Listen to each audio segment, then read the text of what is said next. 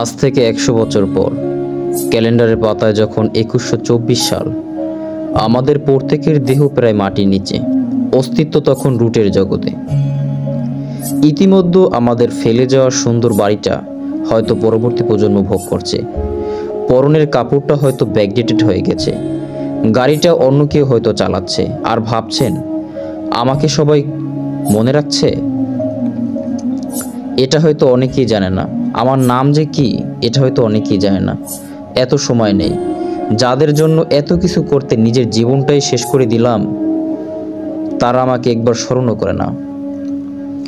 আচ্ছা, বাস্তবতার এই জীবনে আপনি আপনার দাদার দাদাকে ঠিক কতবার স্মরণ করেছেন, মনে পড়ে?